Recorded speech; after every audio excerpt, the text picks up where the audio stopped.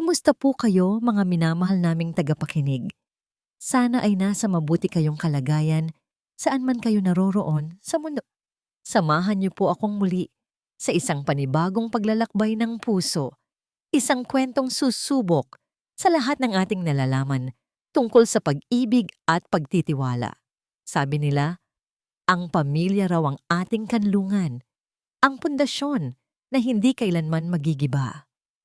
Pero paano kung ang mismong pundasyon ng iyong tahanan na inakala mong matatag na parang bato ay gawa lang pala sa buhangin at sa isang ihip lang ng mapaglarong tadhana ay bigla na lang guguho sa iyong harapan? Halina't pakinggan natin ang kwento ni Liwayway sa kabanatang pinamagatang Ang Perpektong Larawan.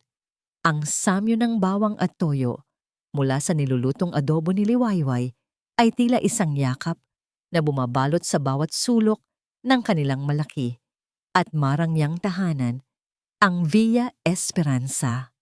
Para sa kanya, ito ang amoy ng isang perpektong buhay. Amoy ng kaligayahan, amoy ng isang pamilyang buo at pinagpala. Mula sa kusina, natatanaw niya ang sala kung saan nakahilera sa isang estanteng gawa sa mahogany ang mga larawan ng kanilang pamilya. Bawat isa'y isang patunay ng 10 taon ng pagmamahalan. Ngumiti siya habang pinupunasan ng kanyang mga kamay sa apron. Dahan-dahan siyang lumapit dito at marahang hinaplos ng kanyang daliri ang isang litrato. Ito ang paborito niya.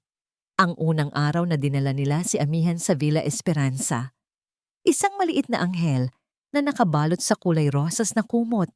Mahimbing na natutulog sa mga bisig ng kanyang asawang silakan. Naalala pa niya ang sinabi nito noon, "Huwag kang mag-alala, mahal ko. Kung hindi man tayo kayang bigyan ng sarili nating anak, ang batang ito ang magiging simbolo ng pag-ibig nating dalawa." Sa larawan, kitang-kita ang luha ng pasasalamat sa kanyang mga mata.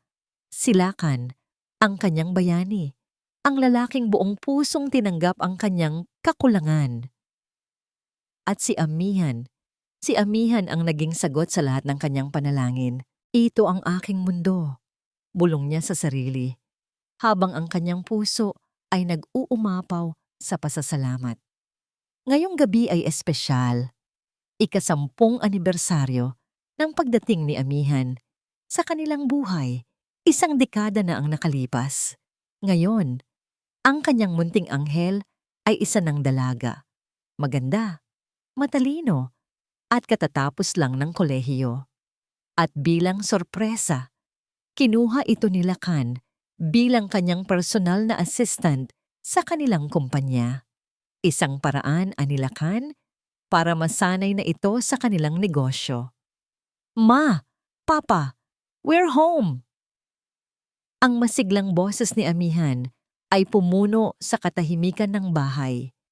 Agad na sumilay ang nangiti sa labi ni Liwayway. Sinalubong niya ang mga ito sa pinto. Niyakap niya ng mahigpit si Lakan na hinalikan siya sa noo. Pagkatapos ay niyakap niya si Amihan na gumanti naman ng isang mahigpit na yakap. "Inay, ang bango naman ng niluluto niyo," sabi ni Amihan. Ang mga matay nagniningning. "Siyempre naman anak, paborito mo to, hindi ba?" Sagot ni Liwayway, hinahaplos ang buhok ng dalaga. Ang hapunan ay naging masaya, puno ng tawanan at kwentuhan tungkol sa mga nangyari sa opisina. Si Liwayway ay masayang nakikinig lamang, pinagmamasdan ng 2 pinakamahalagang tao sa kanyang buhay. Para siyang nanonood ng isang perpektong pelikula. "Mayroon akong regalo para sa iyo, Ami," biglang sabi ni Lakan. May kinuha sa kanyang bulsa. Isang maliit na kahon na nababalutan ng velvet. Nagliwanag ang mukha ni Amihan. "Papa, hindi niyo na po kailangang mag-abala." "Buksan mo," nakangiting utos ni Lakan. Nang buksan ito ni Amihan, isang magandang kwintas na may pendant na kumikinang na diamante ang tumambad sa kanila. Napasinghap ang dalaga. Maging si Liwayway ay bahagyang nagulat. Ang alahas ay sobrang mahal para sa isang simpleng regalo. Lakan, hindi ba't sobra naman ata yan? Hindi napigilang sabi ni Liwayway. Sinubukan niyang gawing magaan ang kanyang tono. Ngumiti si Lakan sa kanya. Hayaan mo na mahal. Isang munting regalo lang para sa pinakamahusay kong assistant. She deserves it. Tumayo si Lakan at lumapit sa likuran ni Amihan. Siya na mismo ang nagsaut ng kwintas sa leeg nito. Habang inaayos ang kawit, napansin ni Liwayway na ang mga daliri ni Lakan ay tila nagtagal ng ilang segundo sa batok ng kanilang anak. Isang kislap ng kung anong damdamin ang dumaan sa mga mata nito. Isang damdaming hindi mabasa ni Liwayway. Ipinilig ni Liwayway ang kanyang ulo. Guni-guni niya lang siguro yon. Bagay na bagay sa'yo anak, sabi ni Liwayway. Pilit nang ngumingiti. Salamat po papa. Salamat po inay. Masayang sabi ni Amihan habang hinahawakan ng pendant. Nagpatuloy ang kanilang kwentuhan. Ngunit sa isang sandali, habang nagsasalita si Liwayway tungkol sa kanyang mga plano para sa hardin, napansin niyang hindi na nakikinig ang dalawa. Ang mga mata ni Lakan at Amihan ay nagtama. Hindi ito isang ordinaryong tingin sa pagitan ng isang ama at anak. Mayroon itong bigat, isang lalim, isang sikretong tila. Sila lang dalawa ang nakakaalam. Ilang segundo lang yun. Ngunit para kay Liwayway, parang huminto ang oras. Bigla siyang nakaramdam ng panlalamig. Ang kanyang nangiti ay bahagyang nanginig. Kaya naisip kong magtanim ng mga rosas. Pagtatapos niya sa kanyang sinasabi, kahit na ang boses niya ay tila nawalan ng lakas. Magandang ideya yan, mahal, sabi ni Lakan, na tila noon lang bumalik sa kasalukuyan. Ngunit ang mga mata nito ay hindi na maikakaila ang kakaibang kislap na nakita niya kanina. Nang gabing iyon, habang nakahiga sa kanilang malambot na kama, hindi mapakali si Liwayway. Si Lakan ay mahimbing nang natutulog sa kanyang tabi. Ngunit ang isip niya ay gising na gising. Paulit-ulit na bumabalik sa kanyang alaala ang tinginang iyon. Ang mga daliri ni Lakan sa batok ni Amihan. Ang mamahaling kwintas. Guni-guni ko lang yon. Pilit niyang kinukumbinsi ang sarili. Masyado lang akong nag-iisip. Ama siya at anak niya si Amihan. Bumangon siya mula sa kama. Kailangan niyang uminom ng tubig. Kailangan niyang pakalmahin ang kanyang sarili. Habang naglalakad palabas ng kwarto, napadaan siya sa tapat ng silid-aklatan na nagsisilbing opisina ni Lakan sa bahay. Bahagya itong nakabukas. Pumasok siya upang isara ang ilaw na naiwang bukas. Habang papalapit sa mesa, ang kanyang atensyon ay napunta sa isang hilera ng mga libro sa accounting. May isang aklat na hindi maayos ang pagkakalagay. Nang subukan niyang itulak ito pabalik, aksidente niyang natabig ang isang salansan ng mga libro sa tabi nito. Nagsilaglagan ang mga ito sa sahig na may malakas na kalabog. Naku naman, bulong niya, at mabilis na pinulot ang mga ito. Ngunit sa likod ng pinaglaglagan ng mga libro, may isang bagay na nahayag. Isang bagay na hindi dapat nandoon. Isang maliit at magandang kwaderno na nababalutan ng balat. Sa gitna ng pabalat nito ay nakaukit ang isang eleganteng letrang R. Kinuha ito ni Liwayway. Ang kanyang puso ay biglang nagsimulang kumabog ng malakas. Alam niya kung kanino ito. Ito ang uri ng journal na ibinigay niya kay Amihan noong Pasko. Ang kanyang mga kamay ay nanginginig. Isang bahagi ng kanyang isip ang sumisigaw na ibalik ito, na huwag niyang pakialaman ang pribadong gamit ng kanyang anak. Ngunit ang isa pang bahagi, ang bahaging binagabag ng mga nakita niya kaninang gabi, ay hindi mapakali. Hawak ang sikretong nakatago sa loob ng mga pahina. Si Liwayway ay napalunok. Ang perpektong larawan ng kanyang pamilya ay biglang nagsimulang magkaroon ng lamat. Dala-dala ang maliit na kwaderno. Tila pasan ni Liwayway ang buong mundo. Bawat hakbang pabalik sa kanilang silid ay mabigat. Ang bawat paghinga ay tila ninanakaw sa kanyang dibdib. Isinara niya ang pinto nang walang kaluskos. Ang katahimikan ng gabi ay nagpapalakas lamang sa nakabibinging dagundong ng kanyang puso. Umupo siya sa dulo ng kama, sa bahaging hindi pa nagagalaw ng mahimbing na pagtulog ni Lakan. Ang liwanag mula sa ilawan sa tabi ng kama ay nagbibigay anino sa kanyang mukha. Ginuguhit ang bawat linya ng pag-aalinlangan at takot. Tinitigan niya ang letrang A sa pabalat. Ang letrang kumakatawan sa kanyang anak, kanyang anghel, kanyang amihan. Mali ito, sabi ng isang bahagi ng kanyang isip.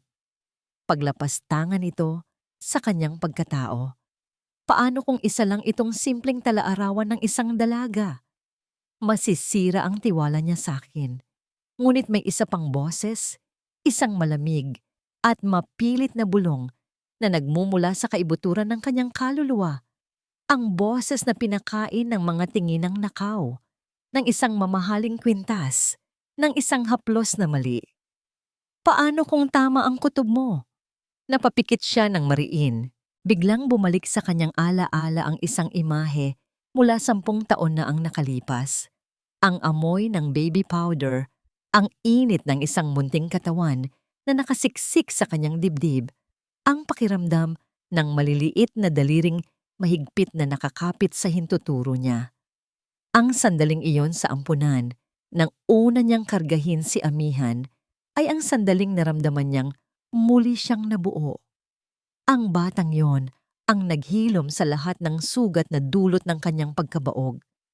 Ang pag-ibig na yon, ang dalisay na pagmamahal na yon, ang nagtulak sa kanyang imulat muli ang mga mata.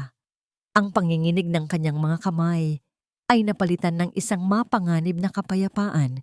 Kailangan niyang malaman, para sa babaeng nagmahal ng walang pasubali, para sa inang nagtiwala ng buong puso. Sa huling pagkakataon, sinulyapan niya ang natutulog na si Lakan. Ang payapang mukha nito ay tila isang maskara na ngayon lang niya napansin. Huminga siya ng malalim at sa wakas, binuklat niya ang unang pahina ng talaarawan. Ang mga unang sulat ay puno ng pagkasabik ng isang bata. Mga kwento tungkol sa bagong paaralan, mga bagong kaibigan, may mga pahinang puno ng pasasalamat. Setyembre 15. Ang saya-saya ko po.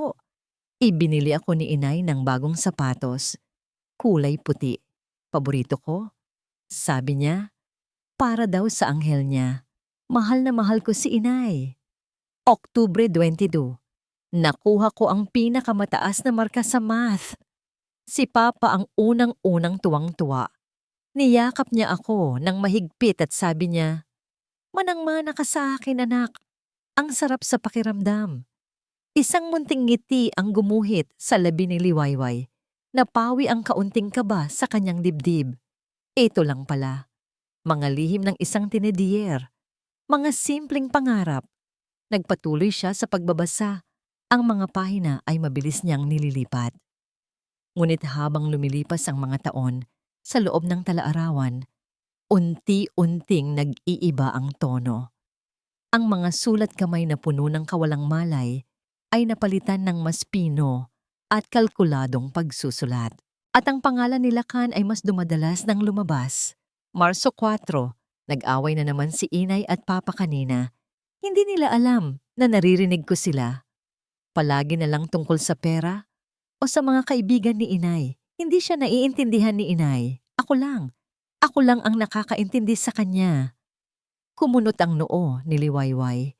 Hindi niya matandaan ang pag-aaway na yon. Binuklat niya ang ilang pahina pa at doon natigilan siya. Ang petsa ay 6 na buwan na ang nakalipas. Ilang linggo matapos magsimulang magtrabaho si amihan bilang assistant ni Lakan. Agosto 12, hinalikan niya ako.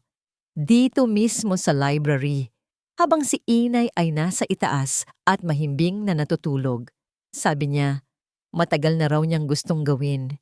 Sabi niya, ako raw ang tunay na reyna ng bahay na ito, hindi ang babaeng baog na yon. Binitawan ni Liwayway ang talaarawan na para siyang napaso. Bumagsak ito sa sahig. Ang mga pahina ay nakabuklat. Ang mga salitang babaeng baog ay tila sumasampal sa kanya ng paulit-ulit. Ang hangin ay biglang nawala sa kanyang mga baga. Ang kanyang perpektong mundo, ang kanyang Villa Esperanza, ay biglang naging isang lugar ng kasinungalingan at kataksilan. Ang library, ang lugar kung saan tinuturuan niyang magbasa si Amihan. Ang lugar kung saan sila naglalaro ng chess ni Lakan. Ang bawat sulok ng kanilang tahanan ay biglang nabahiran ng dumi. Nanginginig siyang yumuko para damputin muli ang aklat. Ang kanyang mga mata ay nagpatuloy sa pagbabasa, hindi dahil gusto niya, kundi dahil hindi na niya kayang tumigil. Bawat salita ay isang punyal na tumatarak sa kanyang puso. Mga detalyadong pagsasalaysay ng mga lihim na pagtatagpo, mga ninakaw na sandali sa loob mismo mo ng kanilang pamamahay, mga pangako ng isang kinabukasan kung saan wala na siya. Isang alon ng pagkahilo ang bumalot sa kanya. Ang asim ng panunumbat at pandidiri ay umakyat sa kanyang lalamunan. Mabilis siyang tumakbo papasok sa banyo. Halos hindi na umabot sa inidoro bago niya isinuka ang lahat ng laman ng kanyang sikmura. Ang adobo na may pagmamahal niyang inihanda kanina ay ngayon ay pait na lamang na sumusugat sa kanyang lalamunan. Napasandal siya sa malamig na pader. Hinahabol ang kanyang hininga. Ang kanyang katawan ay nanghihina. Ngunit ang isip niya ay nagliliyab sa galit at pighati. Pagkatapos ng ilang sandali, pinilit niyang tumayo. Gumagapang siyang bumalik sa silid. Ang talaarawan ay nanatiling nakabukas sa sahig. Sa huling lakas na natitira, dinampot niya ito. Ang kanyang mga mata ay dumapo sa pinakahuling pahina, sa pinakahuling isinulat ni Amihan na may petsang kahapon lamang. Ang sulat kamay ay puno ng pagmamalaki at tagumpay. Malapit na, inay. Malapit ko nang makuha ang lahat ng sayo. Ang pangungusap ay nanatili sa hangin. Mas malamig pa kaysa sa sahig ng banyo na dinapuan ng kanyang mga tuhod kanina. Hindi ito salita ng isang anak na naligaw ng landas. Ito ay isang deklarasyon ng giyera. Isang planadong pananakop kung saan siya, si Liwayway, ang teritoryong kailangang agawin at, sa huli, burahin. Ang talaarawan ay muling nahulog mula sa kanyang mga kamay na wala ng pakiramdam. Ngunit ngayon, hindi na niya ito pinansin. Tumingala siya. Ang kanyang mga mata ay blangkong nakatitig sa kawalan bago dahan-dahang lumingon sa kama. Nandoon si Lakan, ang kanyang asawa, ang lalaking nangakong poprotektahan siya habang buhay. Natutulog ito ng mahimbing, ang paghinga ay malalim at kalmado. Walang kamalay-malay sa lindol na sumisira sa mundo ng babaeng nasa tabi niya. Mukha siyang estranghero. Mas masahol pa, mukha siyang isang halimaw na nagkukubli sa mukha ng lalaking minahal niya. Isang butil ng luha ang pumatak mula sa kanyang mata. Sinundan pa ng isa, ngunit hindi ito ang mainit na luha ng pighati na iniyak niya noon. Ang mga luhang ito ay malamig, tulad ng yelo. Ito ay luha para sa 10 taon ng kasinungalingan. Luha para sa pagmamahal na ibinigay niya nang walang pag-aalinlangan. Luha para sa babaeng inakala niyang kilala niya, ang sarili niya. Ang babaeng yon ay patay na. Pinatay nila. At habang tumutulo ang mga huling patak ng luha, ang nakakabinging sakit sa kanyang dibdib ay nagsimulang magbago ng anyo. Napalitan ito ng isang bagay na mas matigas, mas mabigat. Isang malamig na bato ng determinasyon ang namuo sa kaibuturan ng kanyang kaluluwa. Ang sindak ay humuhupa na, at ang pumapalit dito ay isang nakakatakot na kalinawan. Maingat niyang pinulot ang talaarawan. Ang bawat kilos niya ay kalkulado na. Wala nang panginginig. Isinara niya ito. Ang mahinang tunog ng pagsara ng pabalat ay tila tunog ng isang pintong isinara niya nang tuluyan sa kanyang nakaraan. Maingat niyang ibinalik ang kwaderno sa pinagtataguan nito sa likod ng mga libro. Tinitiyak na ang lahat ay mukhang hindi nagalaw. Bumalik siya sa kama. Humiga ng dahan-dahan. Ang tingin ay nakapako sa kisame. Ang kadiliman ng silid ay salamin na ng kadilimang lumamon sa kanyang puso. Hindi na siya iiyak. Tapos na ang panahon ng pagluha. Ngayon, ang tanging naririnig niya sa loob ng kanyang isip ay isang tanong na paulit-ulit na bumubulong. Hindi na bilang isang biktima, kundi bilang isang taong nagsisimula ng magplano. Paano ko sisimulan? Walang tulog. Iyan ang salitang bumalot sa buong magdamag ni Liwayway. Ngunit nang pumasok ang unang sinag ng araw sa siwang ng kanilang kurtina, bumangon siya na tila nakapagpahinga ng husto. Walang bakas ng pamumugto sa kanyang mga mata. Walang bahid ng pighati sa kanyang mukha. Ang lahat ng emosyon, ang galit, ang sakit, ang pandidiri, ay maingat niyang ikinulong sa isang baul na bakal sa loob ng kanyang puso. Nagluto siya ng almusal, sinangag, itlog na maalat at pritong isda. Ang bawat kilos niya ay normal, pamilyar at walang mali. Ngunit sa loob-loob niya, ang bawat tunog ng sandok sa kawali ay parang paghahasa ng isang patalim. Unang bumaba si Amihan, suot ang kanyang uniforme bilang assistant. Sariwa at masigla. Ngumiti ito nang makita si Liwayway. "Good morning, inay. Ang bango naman yan." Bati nito, sabay halik sa kanyang pisngi. Hindi umiwas si Liwayway.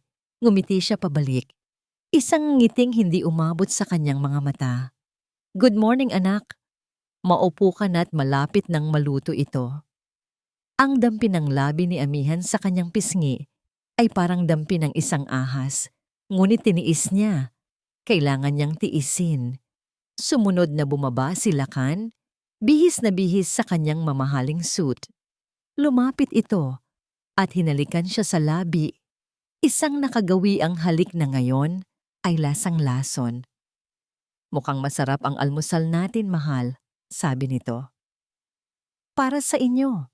Simpleng sagot ni Liwayway habang nagsasalin ng kape sa tasa nito. Ang almusal ay nagsimula sa karaniwang katahimikan na binabasag lamang ng tunog ng kanilang mga kubyertos. Ngunit para kay Liwayway, ang katahimikan ay puno ng mga salitang hindi masabi. Pinagmasdan niya sila sa ibabaw ng kanyang tasa ng kape. Ang paraan ng pagngiti ni Amihan kapag nagsasalita si Lakan. Ang paraan ng pagsulyap ni Lakan kay Amihan kapag inaakalang hindi siya nakatingin. Ang lahat ng maliliit na bagay na dati binabaliwala niya ay ngayon ay malinaw na parang kristal. Sila ay mga aktor sa isang entablado at siya, sa loob ng 10 taon, ang tanging manunood na walang kamalay-malay. Ngayon, isa na rin siyang aktres at sisiguraduhin niyang sa pagtatapos ng dula, siya ang tatayo sa gitna ng entablado. "Mauna na po kami, inay," sabi ni Amihan. Tumatayo na. "Sige mga anak, mag-iingat kayo." Sabi ni Liwayway, ang salitang anak ay parang abo sa kanyang dila. Nang marinig niya ang tunog ng sasakyan na paalis na, doon lang niya ibinaba ang maskarang suot. Napasandal siya sa upuan. Ang kanyang mga kamay ay mahigpit na nakakuyom sa ilalim ng mesa. Hindi na siya iiyak. Ang galit na nararamdaman niya ay masyadong dalisay para haluan ng luha. Tumayo siya at nagbihis. Hindi siya nagpunta sa hardin o sa paborito niyang bookstore.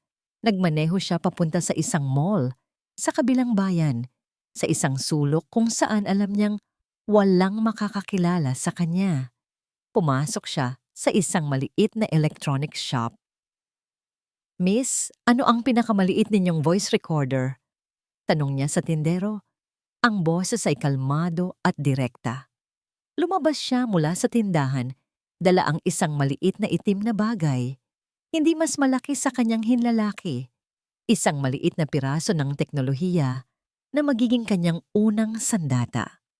Pag-uwi sa Villa Esperanza, Ang katahimikan ng bahay ay hindi na nagdulot sa kanya ng kapayapaan, kundi ng pagkakataon. Dumiretso siya sa library. Ang amoy ng mga lumang libro at mamahaling kahoy ay nasasamuan na ngayon ng amoy ng kataksilan. Lumuhod siya sa tabi ng malaking mesa ni Lacan at sa ilalim nito, sa isang lugar na hindi madaling makita, maingat niyang idinikit ang maliit na recording device. Bumalik siya sa kanyang mga gawain na para bang walang nangyari. Kinagabihan, habang naghahanda siya ng hapunan, kinuha niya ang kanyang telepono. Hinanap niya ang numero ng isang matagal ng kaibigan, isang abogada, na nagngangalang Celia Salcedo. "Celia, kumusta ka na?" Masayang bati niya nang sagutin nito ang tawag. Nagkwentuhan sila ng mga bagay na walang kabuluhan, mga anak, mga bagong halaman, mga lumang kaibigan. Pagkatapos, sa gitna ng kanilang usapan, isiningit niya ang kanyang tanong. "Alam mo, Celia, nanonood kasi ako ng isang teleserye kagabi." Pagsisinungaling niya. "Naisip ko lang, ano ba ang mga kailangan para mapatunayan ang infidelity sa isang annulment case? Hypothetically lang naman."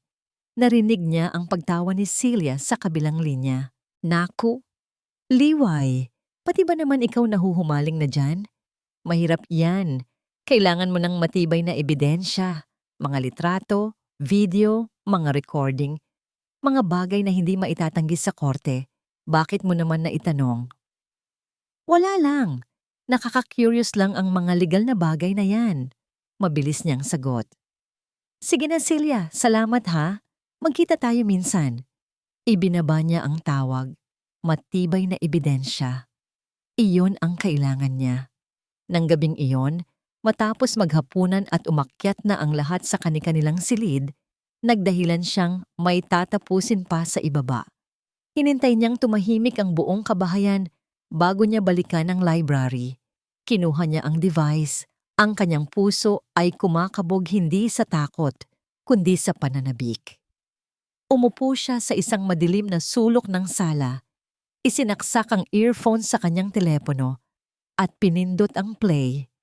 Ang una ay puro tunog lang ng mga papel at pagtipa sa keyboard. Ngunit pagkaraan ng ilang minuto, narinig niya ang pagbukas ng pinto.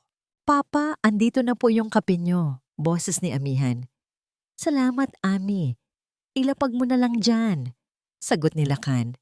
Narinig niya ang tunog ng paglapag ng tasa, ngunit walang tunog ng mga paang paalis. Pagkatapos ng ilang segundong katahimikan, narinig niya ang boses ni Lacan. "Mas mahina na ngayon. Mag-ingat ka sa mga sinusulat mo, Ami. Baka mabasa ng nanay mo." Isang mahinang halik ang sumunod. At pagkatapos, ay ang tawa ni Amihan. Isang tawang puno ng pangmamaliit at pagwawalang bahala. "Hayaan mo siya," sagot ng dalaga. Ang bawat salita ay parang bubog na tumutusok sa kanyang tainga. Ano bang magagawa ng isang baog na tulad niya? Hindi naputol ang paghinga ni Liwayway, hindi nanlabo ang kanyang paningin. Sa halip, ang kanyang mga daliri ay dahan-dahang kumuyom sa paligid ng telepono. Ang mga salitang iyon, isang baog na tulad niya, ay hindi na nakasakit. Ito ang huling patunay. Ang huling piraso ng ebidensya na kailangan ng kanyang puso para tuluyang maging bato. Ito ang gasolina na magpapaalab sa apoy na sinimulan nila. Inalis niya ang earphones. Ang katahimikan ng gabi ay bumalik. Ngunit para kay Liwayway, ang mga salita ni Amihan ay patuloy na umuugong. Hindi bilang isang insulto, kundi bilang isang hamon. Isang hamon na buong puso niyang tinatanggap. Lumipas ang mga araw na tila normal ang lahat sa Villa Esperanza. Ngunit sa ilalim ng payapang anyo ng kanilang pamumuhay, isang masalimuot na laro ng panlilinlang ang isinasagawa ni Liwayway. Ang salitang baog na narinig niya mula sa recording ay naging kanyang kalasag. Sa tuwing mararamdaman niya ang kirot ng pagtataksil, inaalala niya ang mga salitang yon at ang kirot ay nagiging lakas. Sinimulan niyang gampanan ang kanyang papel ng buong husay. Kung dati ay may bahid ng kalungkutan sa kanyang mga mata, ngayon ay pinalitan niya ito ng isang artipisyal na sigla. Naging mas malambing siya kay Lakan, mas maalaga kay Amihan. Ami, anak, mukhang pagod na pagod ka sa trabaho, sabi niya isang hapon, habang inaabutan ito ng isang baso ng malamig na juice. Hayaan mong imasahe ko ang mga balikat mo. Nagulat si Amihan sa alok, ngunit hindi nagpahalatang nagdududa. Salamat po, inay. Ang bait niyo talaga. Habang marahang minamasahe ni Liwayway ang mga balikat ng dalaga, ang kanyang mga mata ay hindi nakatingin dito, kundi sa teleponong nakapatong sa mesa sa tabi nila. Iyon ang kanyang target. Masakit ba rito? Tanong ni Liwayway habang idinidiin ang kanyang mga daliri sa isang bahagi ng likod ni Amihan. Aray! Opo, inay. Medyo po. Daing ng dalaga. Sige, ipikit mo lang ang mga mata mo at mag-relax ka. Alam mo, may nakita akong bagong spa sa bayan. Baka gusto mong subukan natin minsan bilang regalo ko sa'yo sa kasipagan mo. Patuloy ni Liwayway. Ang kanyang boses ay puno ng pagmamahal ng isang tunay na ina. Habang nakapikit si Amihan at ninanamnam ang masahe, ang kabilang kamay ni Liwayway ay dahan-dahang gumapang patungo sa telepono. Sa loob lamang ng ilang segundo, gamit ang isang maliit na device na nabili niya online, nagsimula na ang proseso ng pag-clone ng data. Ang puso niya ay kumakabog, hindi sa kaba, kundi sa adrenaline. Nang matapos, mabilis niyang ibinalik ang kamay sa balikat ni Amihan. Ayan, mas maigi na ba ang pakiramdam mo? Opo, inay. Maraming salamat po. Sabi ni Amihan na iminulat ang mga mata, walang kamalay-malay sa digital na pagnanakaw na naganap. Nang gabing iyon, sa kanyang silid, binuksan ni Liwayway ang lahat ng impormasyong nakuha niya. Mga text messages, mga larawan, mga tawag, bawat isa ay karagdagang ebidensya. Mga mensahe ng pananabik, mga larawan nilang dalawa sa mga lugar na hindi niya alam, mga pangakong binitiwan sa likod niya. Nakita rin niya ang isang bagay na mas nakabahala, mga transaksyon sa bangko. Malalaking halaga ng pera ang inililipat ni Lakan mula sa kanilang joint account patungo sa isang personal na account na hindi niya alam na umiral. Hindi siya nagalit. Sa halip, kinopya niya ang lahat ng detalye, account numbers, petsa, halaga. Ang bawat piraso ng impormasyon ay isang bala. Kinabukasan, tumawag siya sa isang private investigator, isang lalaking inirekomenda ng isang kaibigan na pinagkakatiwalaan niya. Gusto kong malaman ang lahat ng tungkol sa mga gawain ng asawa ko, si Lakan Sandoval. Sabi niya sa telepono, ang boses ay matatag at walang emosyon. Bawat meeting, bawat lugar na puntahan niya, lalo na kapag kasama niya ang kanyang assistant. Ang anak ko, si Amihan. Nagsimulang dumating ang mga ulat. Mga litrato ni Lakan at Amihan na magkahawak kamay habang naglalakad sa isang parke. Mga resibo mula sa mga mamahaling restaurant. Isang kopya ng flight details para sa isang business trip sa Palawan na para lang sa dalawa. Isang araw, habang nag-aayos siya ng mga libro sa library, nagkunwari siyang may hinahanap sa ilalim ng mesa ni Lakan. Mahal, nakita mo ba yung luma kong album ng mga litrato? Yung kulay blue, tanong nining niya, habang ang kanyang mga mata ay palihim na sinusuri ang ilalim ng mesa. Nakita niya ito, isang maliit na itim na bagay na nakadikit malapit sa gilid. Isang kamera, isang bug. Nanlamig siya. Kung hindi siya nag-ingat, maaring siya ang nahuli sa sarili niyang bitag. Ngunit mabilis siyang nakabawi. Ay, hayaan mo na nga. Baka nasa bodega. Sabi niya at tumayo na. Ngunit ang insidenteng iyon ay isang babala. Ang kanyang mga kalaban ay hindi mga hangal. O baka naman, may iba pang nagmamanman sa kanila? Ang isiping iyon ay nagdulot ng panibagong kilabot sa kanya. Isang hapon, habang nagdidilig ng halaman, dumaan si Amihan. Tinitigan siya nito, isang tinging mapanuri. Inay, parang ang lalim po ng iniisip niyo palagi, sabi nito. Ngumiti si Liwayway, isang matamis na ngiti. Iniisip ko lang kung gaano na kayo kabilis lumaki. Dati, karga-karga lang kita. Ngayon, katulong ka na ng papa mo para palaguin ang negosyo natin. Hinawakan niya ang kamay ni Amihan. Proud na proud ako sa iyo, anak. Ang sinseridad sa kanyang boses ay sapat na para mapawi ang anumang pagdududa sa isip ni Amihan. Salamat po, inay, sagot nito, at niyakap siya. Habang yakap siya ng dalaga, ipinikit ni Liwayway ang kanyang mga mata. Ang bawat yakap, bawat halik, bawat salita ng pagmamahal na binibitawan niya ay bahagi na ng kanyang plano. Ang maskara ng kabutihan ay mahigpit niyang isinusuot. Hindi niya ito huhubarin. Hindi, hanggat hindi pa dumarating ang tamang panahon para ipakita sa kanilang dalawa ang tunay na mukha ng babaeng kanilang hinamak. Nang gabing iyon, nakatanggap siya ng isang email mula sa private investigator. Walang text, isang attachment lang. Pagbukas niya, isang litrato ang bumungad sa kanya. Silakan at Amihan, papalabas sa isang gusali. Hindi ito hotel o restaurant. Sa itaas ng pinto, malinaw na nababasa ang mga salita. Maternity and Women's Health Clinic. Ang kanyang mga daliri ay nanigas sa ibabaw ng mouse. Ang hangin sa kanyang paligid ay tila naubos. Sa lahat ng ebidensyang nakalap niya, ito ang pinakamatindi. Ito ang dagok na halos magpabagsak sa kanyang itinayong pader. Ang bunga ng kanilang kasalanan ay hindi na isang ideya lamang. Posibleng nagkakaroon na ito ng hugis sa sinapupunan ng babaeng tinuring niyang sariling anak. Ang litrato sa screen ng laptop ay hindi gumagalaw. Ngunit para kay Liwayway, ang buong mundo niya ang yumanig. Maternity and Women's Health Clinic. Ang mga salitang yon ay paulit-ulit na umikot sa kanyang isipan. Bawat letra ay isang patalim na lalong bumabaon sa kanyang puso.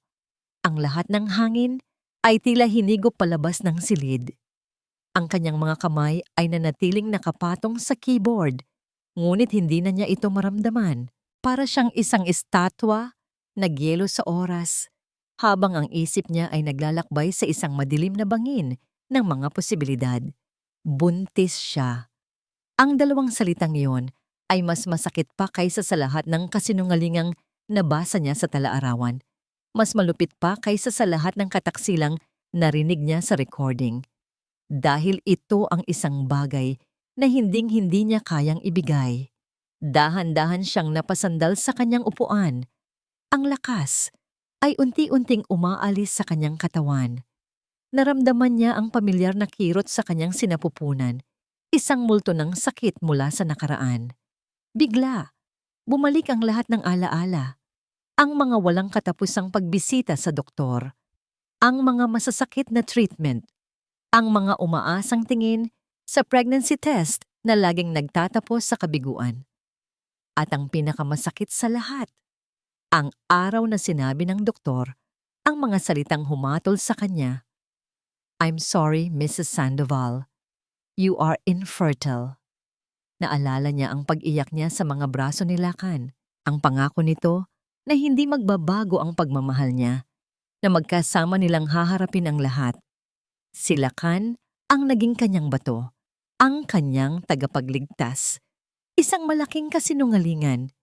Ngayon, ang babaeng pinalaki niya, ang batang itinuring niyang biyaya, ay nagdadala ng anak ng lalaking iyon. Isang anak na dugo at laman nila. Isang simbolo ng kanilang pag-iibigan na nakatayo sa ibabaw ng kanyang pagkawasak.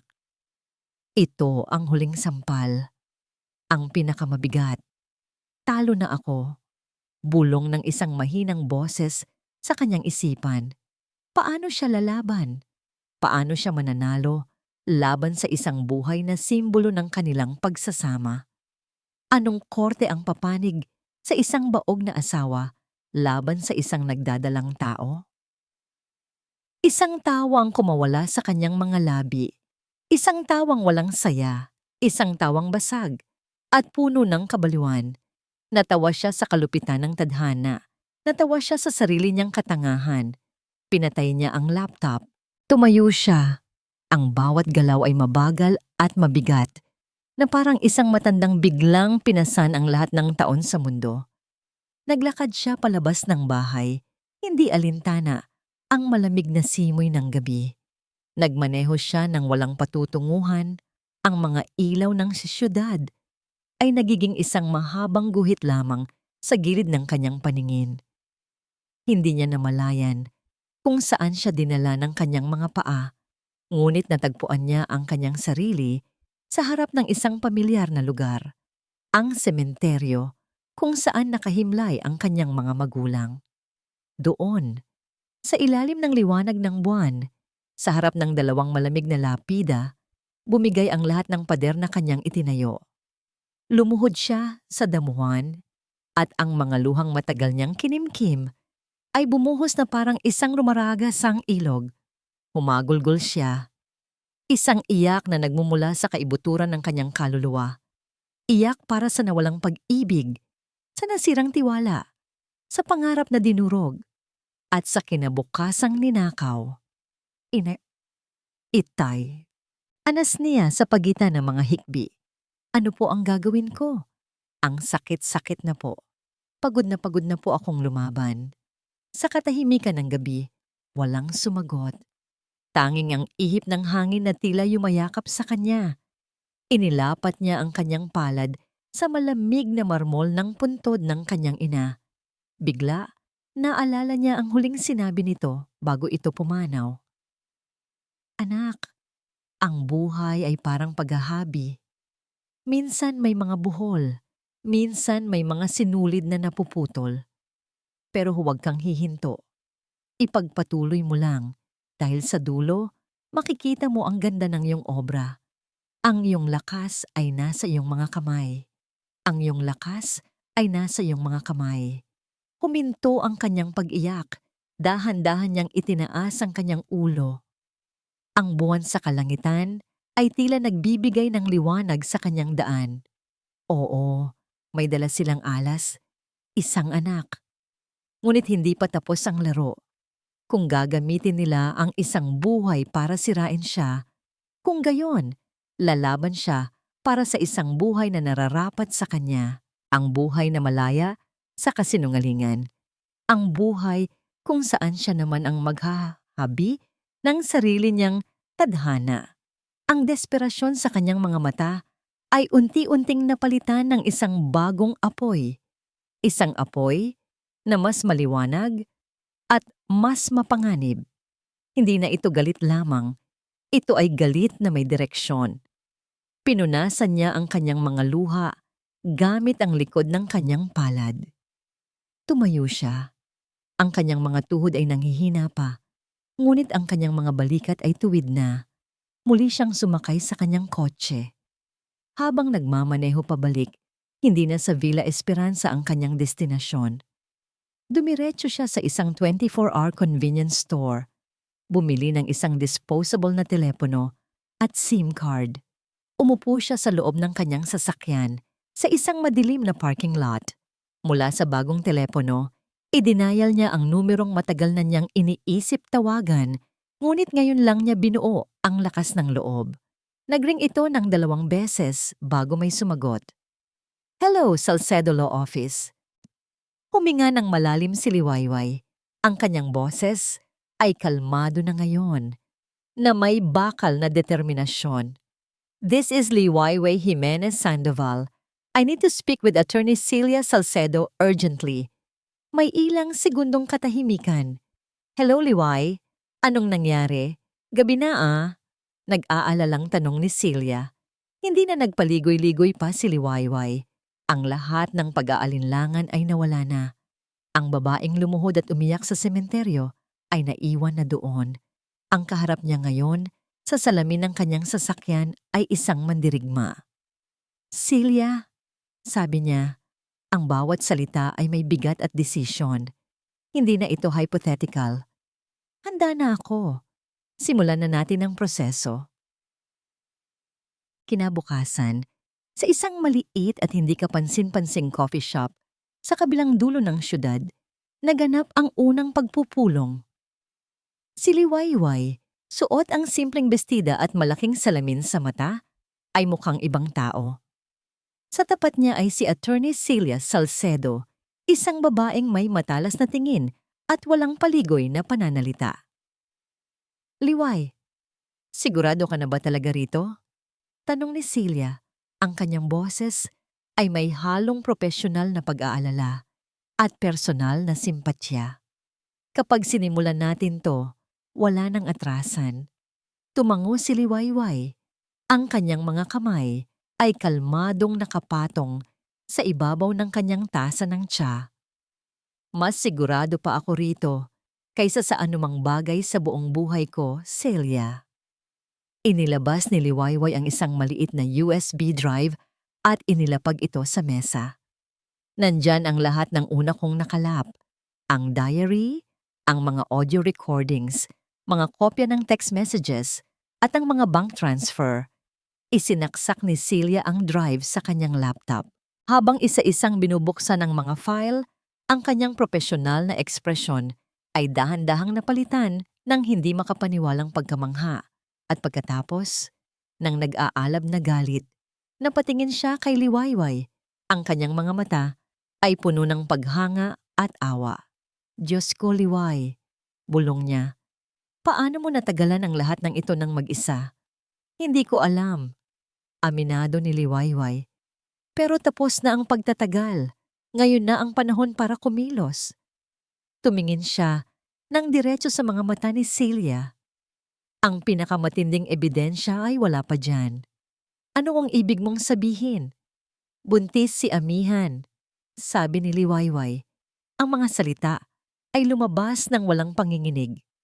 May litrato ako na magkasama sila sa isang maternity clinic. Napahawak si Celia sa kanyang sentido. Ang kaso ay mas komplikado pa kaysa sa inaakala niya. Ito ang babago sa lahat. Gagamitin nila ang bata laban sa'yo. Sasabihin nilang sinusubukan mong sirain ang isang bagong pamilya dahil sa inggit. Alam ko, sagot ni Liwayway. Kaya hindi sapat ang mga ito. Kailangan natin ng isang bagay na solid. Isang bagay na hindi nila kayang pasinungalingan. Isang bagay na mapapanood ng hukom at ng buong mundo. Isang video, sabay nilang sabi. Doon, sa loob ng coffee shop na yon, sinimulan nilang habiin ang bitag. Ang plano ay simple ngunit mapanganib. Gagamitin ni Liwayway ang isang bagay na alam niyang kahinaan ni Lakan, ang kanyang ego. Malapit na ang anibersaryo ng pagkakatatag ng kumpanya, paliwanag ni Liwayway. Palagi siyang nagpapakain sa bahay para sa mga board members at importanteng kliyente. Gagamitin ko ang okasyong yon. Paano mo malalagyan ng kamera ang bahay nang hindi sila naghihinala? Tanong ni Celia. May naisip na ako, sabi ni Liwayway. Sasabihin kong regalo ko sa kanya ang isang security upgrade para sa Villa Esperanza. Isang bagay na matagal na niyang gustong gawin. Sasabihin kong para masigurong ligtas ang pamilya natin. Ang pagkasarkastiko sa salitang pamilya ay hindi nakatakas sa pandinig ni Celia. Kinabukasan, isinagawa ni Liwayway ang plano. Mahal, naisip ko lang, sabi niya kay Lakan habang nag-aalmusal. Dahil palapit na ang party para sa kumpanya, baka dapat nating i-upgrade ang ating security system. Mga bagong CCTV mas malinaw para sa kapayapaan ng isip nating lahat. Nagliwanag ang mukha ni Lakan sa ideya. Ito ay isang bagay na nagpapakita ng kanilang yaman at estado sa lipunan. Magandang ideya, mahal. Napakagaling mo talaga. Sige, Asikasuhin mo na. Si Liwayway mismo ang kumontak sa security company, isang kumpanyang inirekomenda ng private investigator ni Celia na binubuo ng mga tauhang mapagkakatiwalaan at sanay sa mga delikadong operasyon. Dumating ang mga technician suot ang kanilang mga uniforme. Habang abala sina Lakan at Amihan sa opisina, si Liwayway ang nag-asikaso sa kanila. Ito ang mga importanteng lugar, sabi niya sa pinuno ng grupo habang ipinapakita ang blueprint ng bahay, ang library, ang sala, at ang master's bedroom. Itinuro niya ang isang particular na lugar sa kisame ng kanilang kwarto. Dito, gusto ko ng malinaw na kuha sa buong silid. Masusunod po, ma'am, sagot ng lalaki na nagbigay ng isang makahulugang tango. Sa loob ng 2 araw, ang Villa Esperanza ay napuno ng maliliit at halos hindi makitang mga mata ng kamera. Lahat ay konektado sa isang secure server na tanging si Liwayway lang ang may access. Ang kanyang bitag ay handa na. Habang papalapit ang araw ng party, naging mas abala si Liwayway sa paghahanda. Pinili niya ang catering, ang mga bulaklak, ang musika. Gumanap siya bilang perpektong asawa at hostess. Sa labas, siya ay ang larawan ng isang mapagmahal na asawang sumusuporta sa tagumpay ng kanyang kabiyak. Inay, kailangan niyo po ba ng tulong? Tanong ni Amihan isang gabi habang pinapanood siyang suriin ang listahan ng mga bisita. Ngumiti si Liwayway. Huwag na anak, ako na ang bahala rito. Ang gusto ko lang ay maging maganda ka sa gabing iyon. Ipagmalaki mo ang papa mo. Siyempre naman po, inay, sagot ni Amihan. Ang mga mata ay nagniningning sa pag-asam. Sa gabi bago ang party, pagkatapos matiyak na mahimbing nang natutulog sina Lakan at Amihan, binuksan ni Liwayway ang kanyang laptop. Pinasok niya ang secure portal. Isa-isang lumabas sa screen ang mga live feed mula sa iba't ibang bahagi ng kanilang bahay. Ang sala ay tahimik. Ang kusina ay madilim. Pagkatapos, pinili niya ang camera sa hallway ng 2nd palapag. At doon, nakita niya ito. Ang pinto ng silid ni Amihan ay dahan-dahang bumukas. Sumilip si Lakan sa magkabilang gilid ng pasilyo bago pumasok at isinara ang pinto nang walang tunog.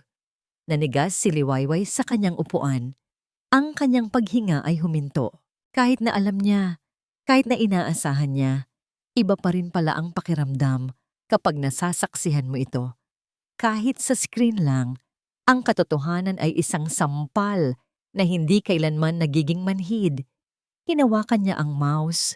Ang kanyang daliri ay nag-hover sa ibabaw ng record button para sa mga kamera sa loob ng silid ni Amihan. Ngunit pinigilan niya ang sarili. Hindi pa, sabi niya sa sarili. Hindi pa ito ang tamang oras. Ang pinakamalaking isda ay kailangang mahuli sa pinakamalakas na pain. Kailangan niyang maghintay para sa party. Kailangan niyang mahuli sila sa lugar kung saan siya ang reyna. Sa kanilang sariling pugad, sa kanilang silid tulugan. Kailangan niyang makuha ang ebidensyang wawasak hindi lang sa kanilang relasyon, kundi pati na rin sa imaheng matagal nilang iningatan. Isinara niya ang laptop. Ang gabi ay malamig at tahimik, ngunit sa loob ni Liwayway, isang bagyo ang naghahanda ng manalasa. Ang bitag ay nakahanda na. Ang kailangan na lang niyang gawin ay maghintay para sa kanyang mga biktima na pumasok dito ng kusa. Ang Villa Esperanza ay nagliwanag na parang isang hiyas sa gitna ng kadiliman. Ang tunog ng marahang musika mula sa isang string quartet at ang masayang hagiggikan ng mga bisita ay lumikha ng isang perpektong larawan ng tagumpay at karangyaan. Ang mga pinakamayayamang tao sa syudad ng masagana ay naroroon. Bawat isa ay may hawak na kopitan ng champagne. Bumabati sa host ng gabi, si Lakan Sandoval, at sa tabi niya, ang kanyang perpektong asawa, si Liwayway. Nakasuot ng isang eleganteng emerald green na gown, si Liwayway ay ang larawan ng kagandahan at kapayapaan. Bawat ngiti niya ay perpekto. Bawat pakikipagkamay ay mainit. Walang sino man sa silid na yon, kahit ang pinakamatalas na mata, ang makapapansin sa bagyong nagngangalit sa likod ng kanyang mga payapang mata. Congratulations, Lacan! Your company is truly a force to be reckoned with. Bati ng isang senador. Maraming salamat, Senator. But I couldn't have done it without this wonderful woman beside me. Sagot ni Lacan, habang ipinupulupot ang kanyang braso sa baywang ni Liwayway. Ngumiti si Liwayway. Lacan is too modest. It's all his hard work. Ang kanyang pag-arte ay walang kapintasan. Hindi kalayuan sa kanila. Nakatayo si Amihan. Suot ang isang puting bestida na nagpapatingkad sa kanyang kabataan. Palagi siyang nakabuntot kay Lacan na parang isang tapat na alalay. Ngunit ang mga tingin na ibinibigay niya sa lalaki kapag inaakala niyang walang nakatingin ay hindi tingin ng isang empleyado. Iyon ay tingin ng isang nagmamay-ari. At ang paraan ng pagtingin niya kay Liwayway ay puno ng nag-uumapaw na tagumpay. Lumapit si Amihan, may dalang isang tray ng inumin. Inay, wine po? Alok nito, ang kanyang boses ay malambing. Habang inaabot ni Liwayway ang kupita, sinadya ni Amihan na ikiling ang tray. Ang pulang alak ay tumapon sa dibdib ng emerald green na gown ni Liwayway, lumilikha ng isang pangit na mantsa. Oh my gosh, Inay, I am so sorry, sabi ni Amihan. Ang kanyang mukha ay nagpapakita ng pagkagulat, ngunit ang kanyang mga mata ay may kislap ng panuna. Isa itong maliit na pag-atake, isang pagpapahayag ng kapangyarihan sa harap ng kanilang mga bisita. Ang lahat ay napatingin sa kanila. Naramdaman ni Liwayway ang init ng alak sa kanyang balat at ang mas mainit na galit na nagsimulang umakyat sa kanyang dibdib. Ngunit hindi niya ito ipinakita. Sa halip kumuha siya ng isang table napkin at marahang idinampi sa mantsa. Tumingin siya kay Amihan, hindi nang may galit, kundi nang may awa.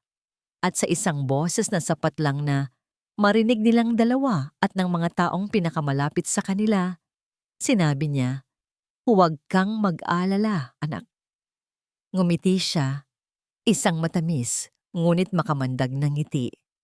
Madali lang namang palitan ang mga bagay na nadumihan. Ang mga salita ay tumama kay Amihan na parang isang sampal na wala ang nangiti sa mga labi nito. Sa isang iglap, naramdaman niyang siya at hindi si Liwayway ang siyang nahubaran sa harap ng lahat. Umalis si Liwayway para magpalit ng damit. Iniwan ang isang Amihan na bahagyang natitigilan. Nang bumalik siya, suot ang isa pang eleganteng gown, ang party ay nasa kasagsagan na. Hinanap ng kanyang mga mata si Lacan. Nakita niya ito sa gitna ng silid, nagyayabang tungkol sa isang bagong kontratang nakuha niya. Ang kanyang tawa ay malakas at puno ng kayabangan. Siya ang hari ng kanyang kastilyo. Maya-maya, kinuha ni Lacan ang mikropono para sa kanyang talumpati. Mga kaibigan, mga kasamahan, maraming salamat sa inyong pagdalo ngayong gabi. Simula niya, pinasalamatan niya ang lahat. Ang kanyang mga empleyado, ang kanyang mga kliyente, at pagkatapos, ang kanyang mga mata ay lumingon kay Liwayway. At syempre, sa aking pinakamamahal na asawa, si Liwayway, ang ilaw ng aking tahanan, ang inspirasyon sa likod ng lahat ng aking tagumpay. Mahal, para sa iyo ito. Itinaas niya ang kanyang kopita. Itinaas ng lahat ang kanilang mga kopita. Ngumiti si Liwayway at itinaas din ang sa kanya. Isang tahimik na pagkilala sa pinakamahusay na aktor na nakilala niya. Nang matapos ang party at ang huling bisita ay nakaalis na, ang malaking bahay ay biglang naging napakatahimik. Ang natira na lang ay ang 3 tao na gumaganap sa isang masalimuot na dula. Si Lacan, lasing sa alak at tagumpay, ay halatang masaya. Lumapit siya kay Liwayway at niyakap ito mula sa likuran. "We did it, mahal. It was a perfect night." "Yes, it was," sagot ni Liwayway habang tinatanggal ang pagkakayakap nito. "Pagod na ako. Aakyat na ako para magpahinga." Naiwan sila kan at amihan sa sala. Mula sa monitor ng kanyang telepono, habang paakyat siya sa hagdanan, nakita ni Liwayway ang senyales. Isang kindat mula kay Lakan, isang munting tango mula kay amihan. Pumasok si Liwayway sa kanilang silid-tulugan. Nagpunta siya sa banyo at hinayaang tumulo ang tubig mula sa shower. Lumilikha ng ingay. Ngunit hindi siya naligo. Sa halip, binuksan niya ang kanyang laptop na nakatago sa loob ng cabinet. Sa screen, nakita niya ang live feed mula sa library. Si Lakan, mayabang na nakaupo sa kanyang silya habang si amihan ay lumalapit sa kanya. Hinila ni Lakan ang dalaga at pinaupo sa kanyang mga hita. Ang kanilang mga halik ay mapusok at puno ng pagnanasa na hindi na nila kailangang itago. "Ang galing mo kanina, mahal," sabi ni amihan. "Ang boses ay malandi." "Ikaw ang magaling," sagot ni Lakan. "Nakita mo ba ang mukha ng nanay mo? Akala niya, reyna pa rin siya rito." Naramdaman ni Liwayway ang paghigpit ng kanyang dibdib, ngunit ang kanyang mga daliri ay kalmadong pinindot ang record button. "Ito na," bulong niya sa sarili. Simula pa lang ito. Ang party ay tapos na. Ngunit para sa kanya, ang gabi ay ngayon palang nagsisimula. Ang huling hapunan ay naisilbi na. At ngayon, oras na para sa paniningil. Para kay amihan, ang buhay ay nagsimula sa isang ampunan na amoy luma at kulang. Ang kanyang mga unang alaala ay hindi yakap ng ina, kundi ang pakiramdam ng pag-iisa sa isang maliit na kama, napapaligiran ng ibang mga batang ulila na katulad niyang naghihintay. Naghihintay ng isang himala, ng isang pamilyang pipili sa kanila. Naaalala pa niya ang inggit, ang mapait na lasa sa kanyang dila tuwing may isang bata na masaya at umiiyak na aalis. Hawak ang kamay ng kanyang mga bagong magulang. Bawat batang umaalis ay isang paalala ng kanyang pananatili. Siya ang naiwan. Siya ang hindi pinili. Hanggang sa isang araw dumating si Liwayway. Si Liwayway ay parang isang anghel mula sa langit. Mayroon itong pinakamabait na mga mata at pinakamalambing na ngiti. Nang pinili siya nito, naramdaman ni amihan sa unang pagkakataon ang pakiramdam na maging espesyal. Ang Villa Esperanza ay isang paraiso kumpara sa impyernong kinalakihan niya. Bawat laruan, bawat magandang damit, bawat masarap na pagkain, lahat ay isang panaginip. At si Liwayway, ang kanyang inay, ang nagbigay ng lahat ng iyon. Sa mga unang taon, ang pagmamahal ni amihan para kay Liwayway ay dalisay at walang hanggan. Siya ang kanyang diyosa, ang kanyang tagapagligtas. Ngunit habang lumalaki siya, may mga bagay siyang napapansin. Napansin niya ang kalungkutan sa mga mata ni Liwayway tuwing nakakakita ito ng isang sanggol. Napansin niya ang paraan ng pag-iwas nito sa mga usapan tungkol sa panganganak. At higit sa lahat, napansin niya kung paano siya tinitignan ng ibang tao, ang mga kamag-anak, ang mga kaibigan ng pamilya. Ang swerte naman ng batang yan, bulong ng mga ito. Ampon lang pero buhay, Reyna. Ampon lang. Ang dalawang salitang iyon ay laging bumubuntot sa kanya.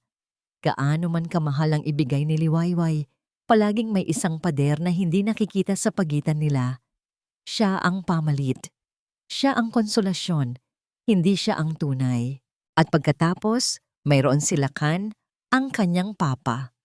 Sa una, si Lakan ay isang malayong figura, laging abala sa trabaho.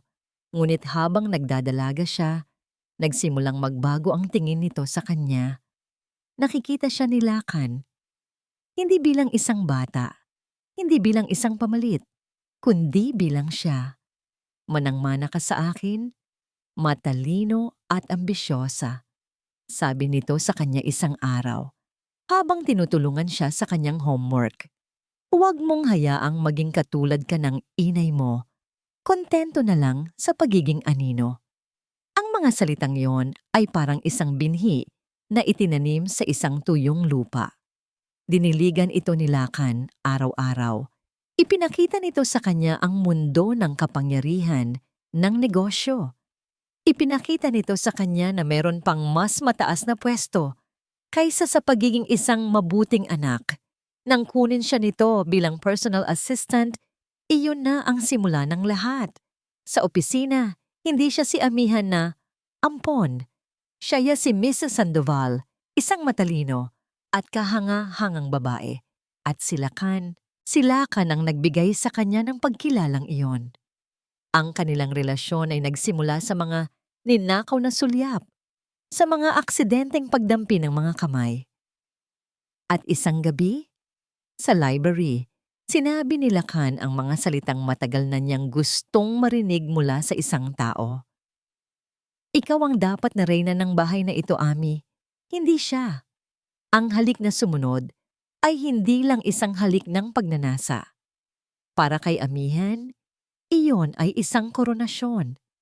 Sinimulan niyang isulat ang lahat sa kanyang talaarawan.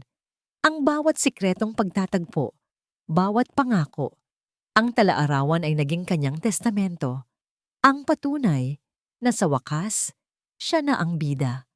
Ang pagkasuklam niya kay Liwayway ay hindi dahil sa pagiging masama nito. Bagkus, dahil sa kabutihan nito. Ang kabutihan ni Liwayway ay isang salamin na laging nagpapaalala sa kanya ng kanyang pinanggalingan, ng kanyang pagiging ampon lang. Ang pagsira kay Liwayway ay ang tanging paraan para tuluyang mabura ang anino ng nakaraan. Ngayon, habang nakatayo sa harap ng salamin sa kanyang silid, hinaplos niya ang kanyang tiyan na hindi pa naman halata. Ito ang kanyang alas. Ito ang kanyang sandata. Isang anak, dugo at laman ni Lakan Sandoval. Isang bagay na hindi kailanman maibibigay ng perpektong si Liwayway. Ang batang ito ang magiging susi sa lahat. Sa yaman, sa pangalan, at sa posisyon. Sa batang ito, hindi na siya magiging ampon lang. Siya na ang magiging ina ng tagapagmana. Siya na ang magiging tunay na Mrs. Sandoval. Bumalik siya sa alaala ng party kanina. Ang paraan ng pagsagot sa kanya ni Liwayway, matapos niyang matapunan ito ng alak. Madali lang namang palitan ang mga bagay na nadumihan. Mayroong kakaiba sa mga mata nito. Isang lamig na ngayon lang niya nakita. Ngunit iwinaksin niya ito. Ano na nga bang magagawa ng isang babaeng walang kapangyarihan? Ngumiti siya sa kanyang refleksyon sa salamin. Kinuha niya ang isang maliit na kahon mula sa kanyang drawer. Sa loob nito ay isang pregnancy test na may 2 malinaw na pulang guhit. Tinitigan niya ito. Ang kanyang puso ay puno ng tagumpay. Tapos ka na, Liwayway, bulong niya sa sarili, habang ang kanyang nangngiti ay lumalawak. Ang lahat ng sayo ay magiging akin. Wala siyang kamalay-malay na sa kabilang silid. Ang bawat pagbulong niya sa sarili, bawat kilos na puno ng kayabangan ay maingat na pinapanood at itinatala. Nagiging isa na namang sinulid sa bitag na dahan-dahang isinasara sa paligid niya. Ang umaga pagkatapos ng party ay may dalang kakaibang katahimikan. Si Lakan at amihan na parehong natulog ng hating gabi na ay magkasabay na bumaba para mag-almusal. Inasahan nilang daratnan si Liwayway sa kusina, naghahanda ng kape gaya ng dati. Ngunit ang kusina ay walang tao. Ang dining table na kagabi lang ay puno ng mga mararangyang pagkain ay ngayon ay hubad. Maliban sa isang bagay sa gitna. Isang puting sobre, malinis at simple, nakatayo at tila naghihintay. Nakapangalan ito kay Lakan Sandoval. Nasaan si inay? Tanong ni amihan. Habang inililibot ang tingin. Nagkibit balikat si Lakan. Medyo masakit pa ang ulo dahil sa hangover. Baka nag-jogging o baka naman nagtatampo pa rin dahil sa gown niya kagabi. Isang mapanghamak na ngiti ang sumilay sa kanyang labi. Lumapit siya sa mesa at kinuha ang sobre. Walang bigat. Walang amoy ng pabango. Binuksan niya ito nang walang pag-iingat. Inaasahan na isa itong maikling sulat o paalala. Ang laman ay hindi isang sulat. Ito ay mga opisyal na dokumento. Sa unang pahina, malinaw na nakasulat sa malalaking titik ang mga salitang gumising sa kanyang diwa ng mas epektibo pa kaysa sa pinakamatapang na kape, Petition for Legal Separation and Annulment of Marriage. Napatanga sila Khan. Tinitigan niya ang papel na para bang isa itong ahas na handang tumuklaw. Sa likod nito ay isa pang dokumento, isang temporary protection order na nagbabawal sa kanya at kay amihan na lumapit kay Liwayway. At sa ilalim ng lahat, isang summons mula sa korte. Ano yan pa? Tanong ni amihan, na napansin ang biglang pagbabago sa ekspresyon ni Lakan. Isang malakas na tawa ang kumawala mula kay Lakan. Isang tawang pilit at puno ng hindi paniniwala. Ang asawa mo, naghahamon ng gera. Ipinakita niya ang mga papel kay amihan. Ang kulay sa mukha ng dalaga ay unti-unting nawala. Ito, imposible ito, sabi ni amihan. Anong ebidensya niya? Isang baog na babaeng nag-iimbento ng kwento? Eksakto, sabi ni Lakan. Habang kinukuyom ang mga papel sa kanyang kamay, ang pagkabigla niya ay napalitan na ng galit. Nababaliw na siya. Isang desperadang babae na natatakot maiwan. Akala niya matatakot niya ako rito? Kinuha niya ang kanyang telepono at mabilis na idinayal ang numero ni Liwayway. Nagring ito ng paulit-ulit, ngunit walang sumasagot. Diresto ito sa voicemail. Duwag! Sigaw ni Lakan sa kawalan. Magtatago ka pagkatapos mong maghagis ng bato. Sa gitna ng kanyang galit, tumunog ang kanyang telepono. Isang numero na hindi niya kilala. Sinagot niya ito nang may pagkayamot. Sino to? Mr. Sandoval, this is Attorney Ramirez from your legal department. Sabi ng boses sa kabilang linya. May bahid ng pag-aapura. Sir, kailangan niyo pong pumunta sa opisina ngayon din. Nakatanggap kami ng kopya ng petisyon mula sa kampo ni Mrs. Sandoval at... Sir, mukhang seryoso sila. Seryoso? Muling tumawa si Lakan. Ano ang panlaban nila? Mga haka-haka? Mga selos ng isang asawa? Sir, pagpapatuloy ng abogado. Ang petition ay may kasamang mga exhibit. Exhibit A, isang kopya ng journal. Exhibit B, mga audio recording. Exhibit C, mga litrato. Sir, napakakapal ng files. Mukhang matagal na nila itong pinaghandaan. Ang tawa ni Lakan ay biglang naputol. Ang kanyang mukha ay namutla. Journal? Recordings? Mga litrato? Paano? Si amihan, na nakarinig sa usapan, ay napaupo sa silya. Ang journal ko, isip niya. Paano niya nakuha ang journal ko? Ang pagiging kampante niya ay biglang naging purong takot. Huwag kang mag-alala. Sabi ni Lakan, sinusubukang maging matatag para sa sarili at para kay amihan. Kahit anong hawak nila, kaya nating pabulaanan. Mga peke, mga gawa-gawa lang. At may alas tayo na wala sila. Hinawakan niya ang tiyan ni amihan. Mayroon tayong kinabukasan, isang pamilya. Ngunit sa gitna ng kanyang pagyayabang, isang email ang pumasok sa kanyang inbox. Mula ito sa isang hindi pamilyar na address, ngunit ang subject ay malinaw. Para kay Lakan Sandoval. Binuksan niya ito. Walang nakasulat na mensahe. Isang attachment lang, isang image file. Pinindot niya ito. Ang lumabas ay isang still image, isang kuha mula sa isang video, malinaw na malinaw. Ito ay isang shot mula sa itaas. na nakatutok sa kama sa kanilang master's bedroom at sa ibabaw ng kama nakahiga siya at si Amihan. Sa isang eksenang hindi maikakaila, ang petsa at oras ay naka-timestamp sa ibabang sulok ng larawan. Ang petsa ay kagabi, ilang oras lamang matapos umalis ang mga bisita.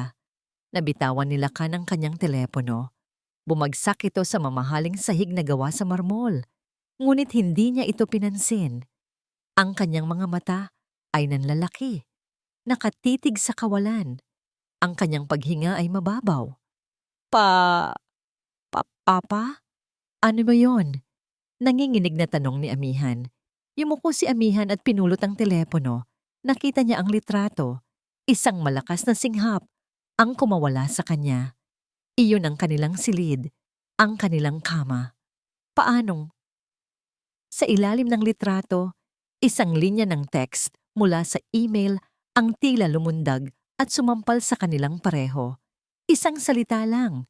Isang salita na nangangako ng higit pang darating. Isang salita na nagpapatunay na ang lahat ng hawak nila ay simula pa lamang. Patikim. Ang salitang iyon ay umalingaw-ngaw sa katahimikan ng dining room na mas malakas pa kaysa sa isang sigaw. Isang patikim. Isang paunang tingin. Isang babala. Ang lahat ng yabang ni Lakan ay naglaho na parang bula. Ang galit ay napalitan ng isang damdaming matagal na niyang hindi naramdaman. Takot. Isang malamig, gumagapang na takot na nagsimula sa kanyang sikmura at kumalat sa buo niyang katawan. Hindi ito gawa ng isang desperadang asawa. Ito ay gawa ng isang taong nagplano, isang taong nagmasid, isang taong naghintay. Tumingin siya sa paligid ng kanilang marangyang bahay. Ang matataas na pader ng Villa Esperanza, na dati simbolo ng kanyang kapangyarihan at tagumpay, ay ngayon ay tila mga pader ng isang kulungan. Isang kulungang sila mismo ang gumawa, at si Liwayway. Si Liwayway ang may hawak ng susi, ang babaeng minamaliit niya, ang babaeng tinawag niyang baog, ang babaeng inakala niyang isang simpleng palamuti lamang sa kanyang perpektong buhay, ay naghabi pala ng isang bitag sa kanilang paligid. At sila, na mga mangangaso, ang siya palang nahuli. Anong gagawin natin? Halos pabulong na tanong ni Amihan. Ang kanyang mga mata ay puno ng luha ng takot.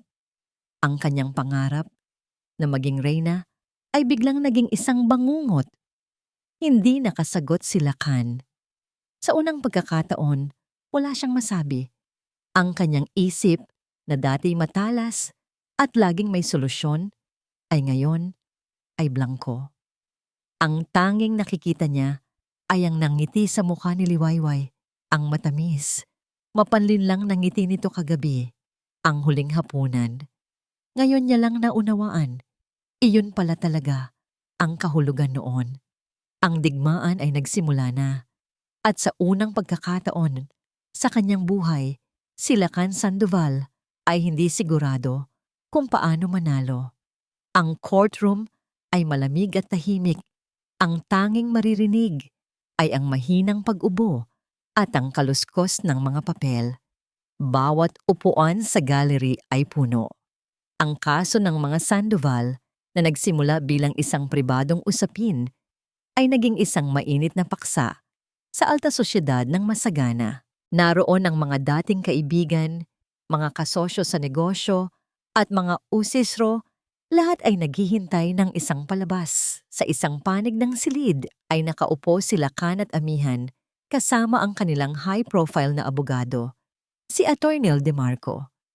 Si Lakan ay nakasuot ng isang madilim na suit. Ang kanyang mukha ay isang maskara ng kumpiyansa.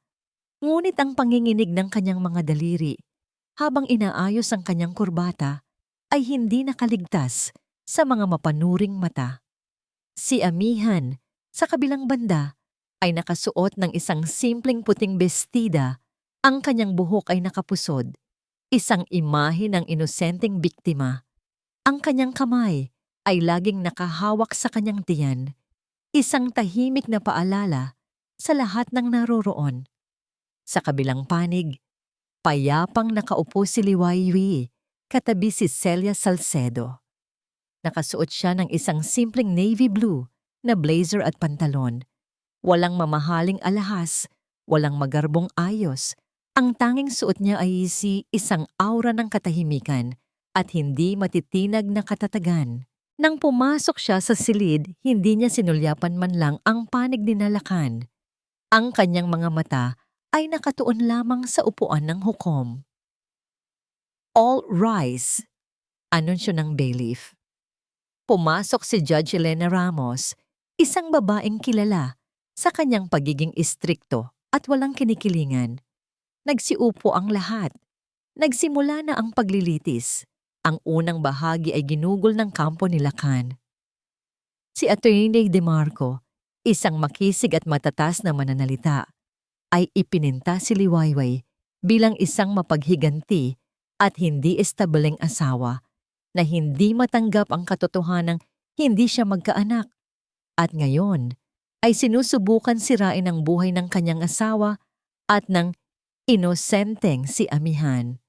Your Honor, sabi ni Atty. De Marco, ang kasong ito ay produkto lamang ng matinding selos at imahinasyon. Ang aking kliyente, si Mr. Lakan Sandoval, ay isang mabuting asawa at ama. Ang tanging kasalanan niya ay ang pagiging masyadong mabait sa kanyang ampon.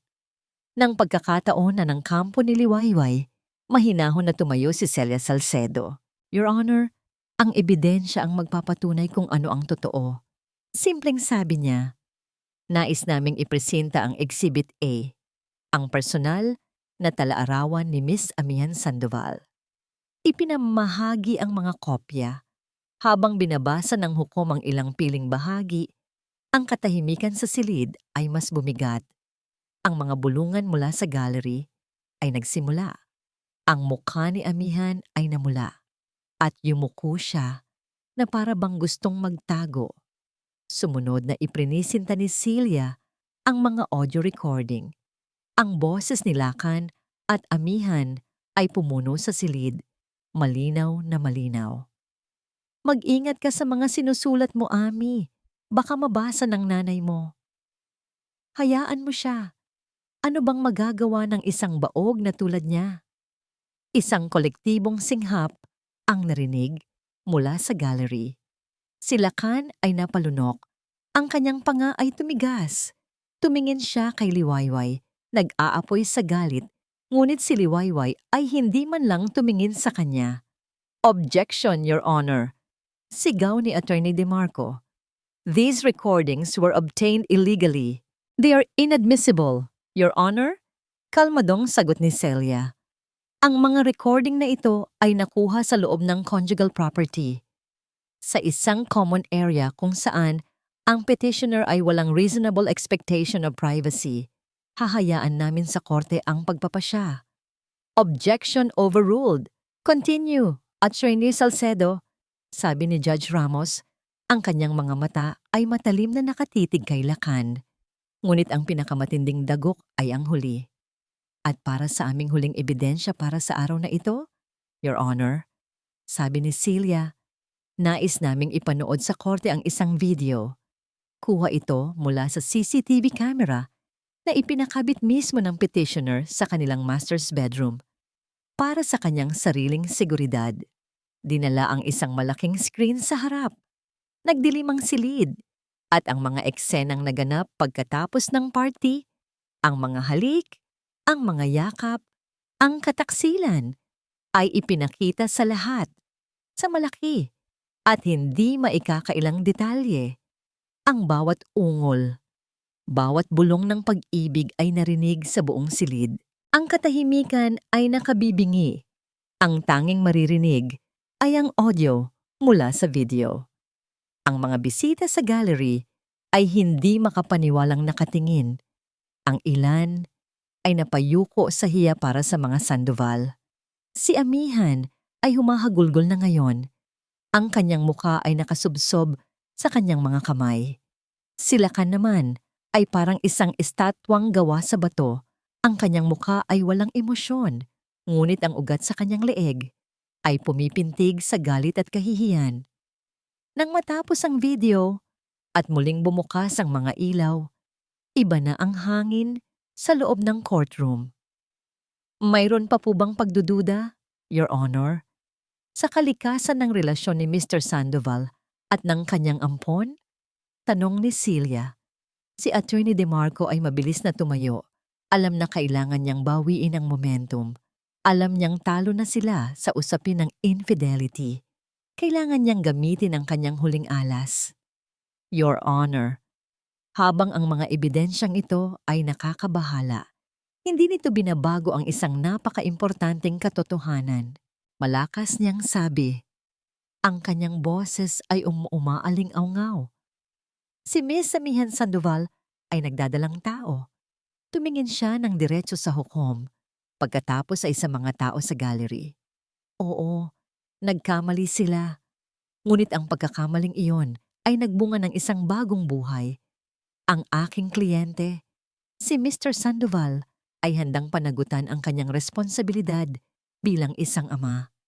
Ang hinihiling namin sa korte ay huwag sirain ang kinabukasan ng isang isisilang pa lamang na sanggol dahil lamang sa paghihiganti ng isang babaeng baog na hindi kailanman magkakaroon ng sariling anak. Ang huling mga salita ay tila isang bomba na sumabog sa katahimikan. Lahat ng mata ay napunta kay Liwayway, naghihintay ng kanyang reaksyon. Inaasahan nilang makikita siyang masaktan, mapahiya o umiyak. Ngunit si Liwayway ay hindi gumalaw. Sa halip, isang bahagyang nangiti, isang ngiting halos hindi makita, ang sumilay sa kanyang mga labi. Tumingin siya kay Celia. Si Celia ay tumango. Ito na ang sandaling hinihintay nila. Ang bitag ay nakasara na. Ngayon, oras na para ipakita ang tunay na lason na nakatago sa pen. Ang mga salita ni Attorney DeMarco, isang babaeng baog, ay nanatiling nakabitin sa ere. Isang lason na idinisenyo upang sirain ang kredibilidad at dignidad ni Liwayway. Sila Khan at Amihan, sa kabila ng kahihiyang idinulot ng video, ay bahagyang nakahinga ng maluwag. Ito ang kanilang depensa, ang kanilang kalasag, ang bata. Ngunit ang nangiti sa labi ni Liwayway ay hindi nawala. Dahan-dahan itong lumingon kay Celia, isang tahimik na hudyat na nagsasabing, oras na. Kalmadong tumayo si Celia Salcedo. Hindi niya pinansin ang atake ni Attorney DeMarco. Sa halip, hinarap niya ang hukom. Your Honor? Sabi ni Celia, ang kanyang boses ay malinaw at matatag. Tinatanggap po namin ang katotohanang si Miss Amihan Sandoval ay nagdadalang tao. Sa katunayan, ito po ang sentro ng aming susunod na ebidensya. Kumunot ang noo ni Judge Ramos, maging si Attorney DeMarco ay nagtaka. Bakit nila didiinan ang isang bagay na pabor sa kalaban? Your Honor, pagpapatuloy ni Celia, ang buong depensa ng kabilang panig ay nakasalalay sa dalawang bagay. Una, na ang dinadalang anak ni Miss Amihan ay anak ni Mr. Lacan Sandoval. At ikalawa, na ang aking kliyente, si Mrs. Liwayway Sandoval ay baog. At ano po ang punto ninyo, Attorney Salcedo? Tanong ng hukom na nagsisimula ng mainip. Ang punto ko po, Your Honor, sabi ni Celia habang naglalakad patungo sa lamesa ng ebidensya, ay paano kung ang dalawang pundasyong yan ay parehong kasinungalingan? Kinuha niya ang isang malaking brown na sobre na may selyo.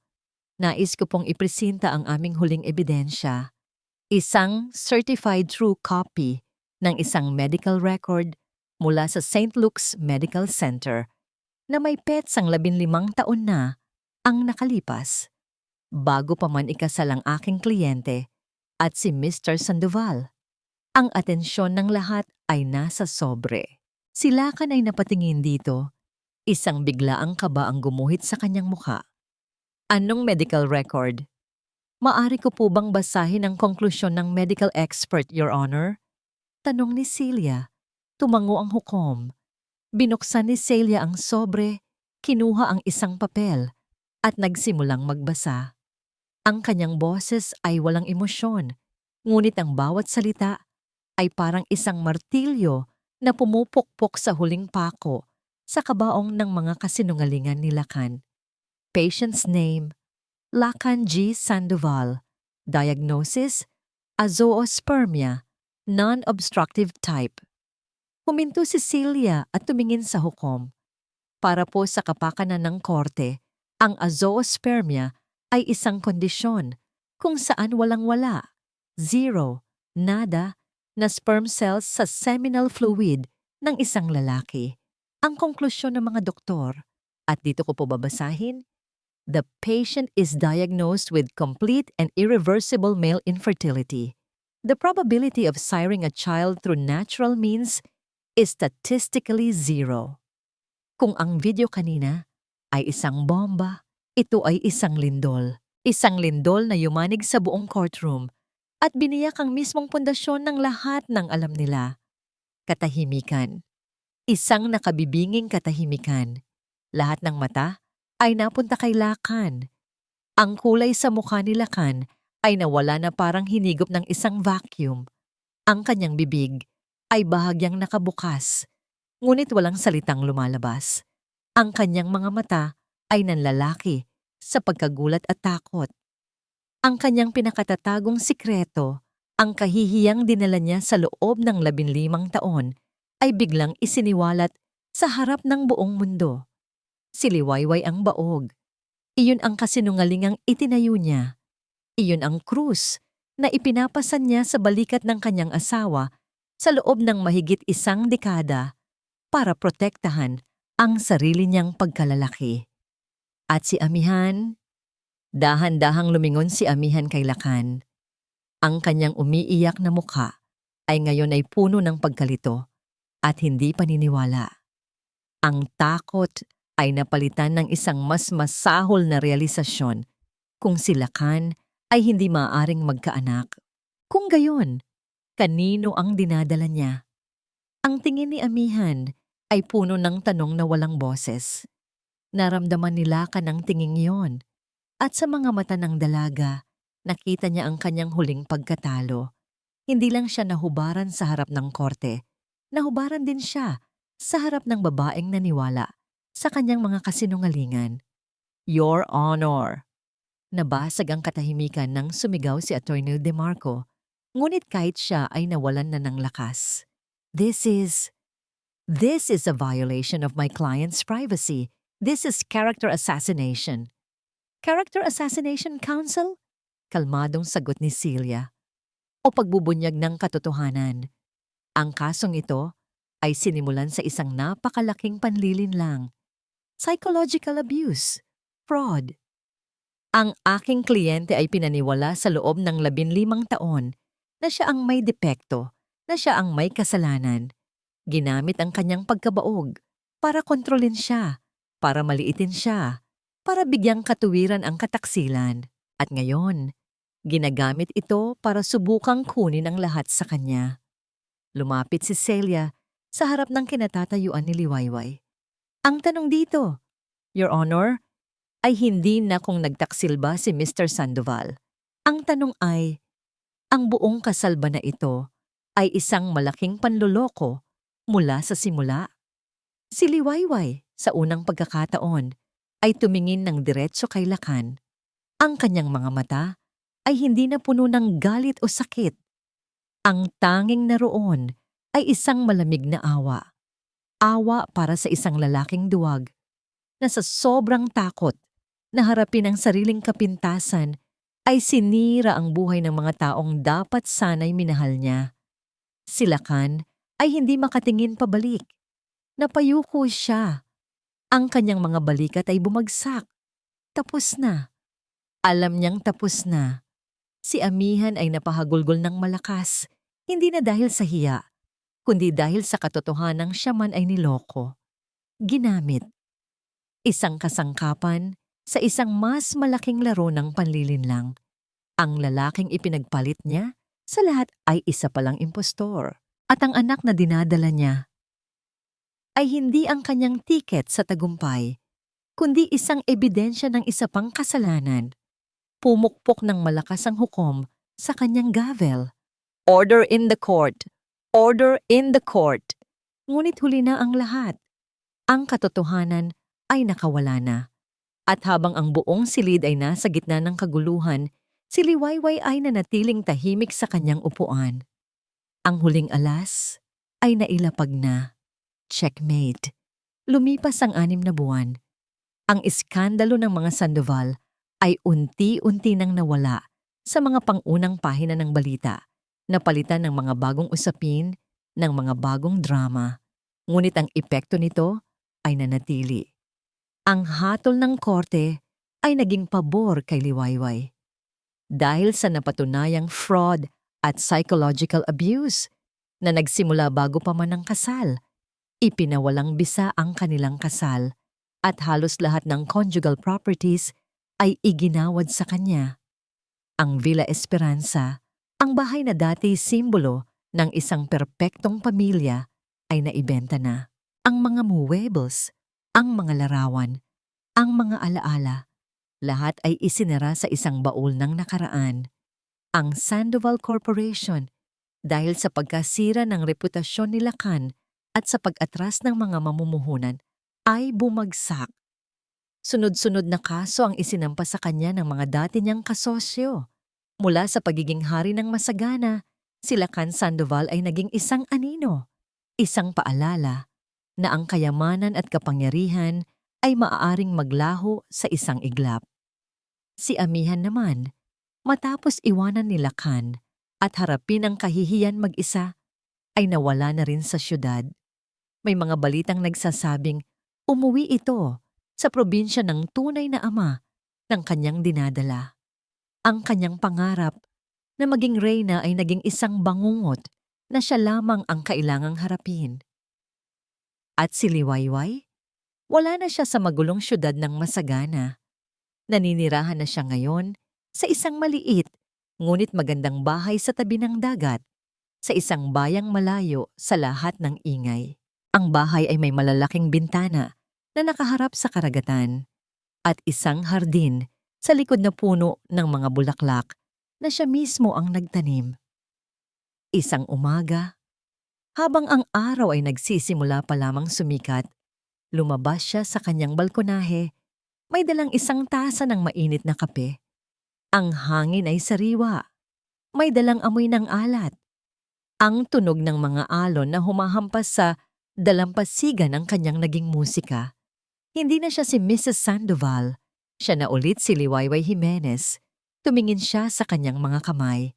Ang mga kamay na ito, na dati abala sa pag-aasikaso sa isang pamilyang hindi naman pala totoo, ay ngayon ay abala sa pag-aalaga sa kanyang hardin, sa pagpipinta at sa pagsusulat.